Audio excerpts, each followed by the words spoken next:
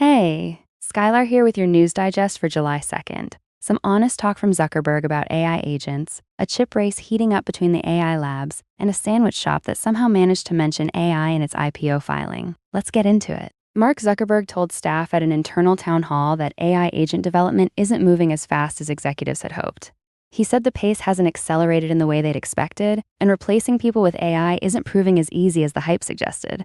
When the guy who rebranded his entire company around AI admits agents are behind schedule, it's worth paying attention. Switching gears. Anthropic is in discussions with Samsung to develop a custom AI chip.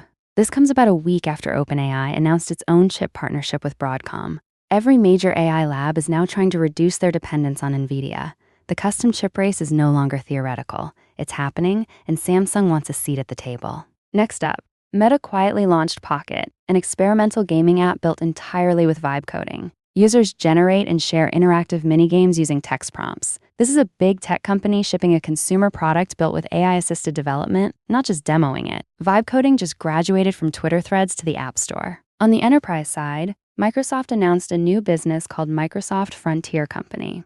It's backed by $2.5 billion and 6,000 engineers, all focused on enterprise AI deployments. They're resisting the forward-deployed engineer label, but it follows the same model Amazon, OpenAI, and Anthropic have all launched in recent months. Every major player is building an army to install AI inside Fortune 500 companies. A significant legal update. Google lost its long-running appeal of a record $4.7 billion EU antitrust fine. This is the case about Android bundling from way back in 2018. The fine stands, and after 8 years of appeals, Google has to pay up. Big tech's regulatory battles don't end quickly, but they do eventually land. All right, here's an interesting pivot. TV Time, the popular show tracking app used by millions, is shutting down on July 15th.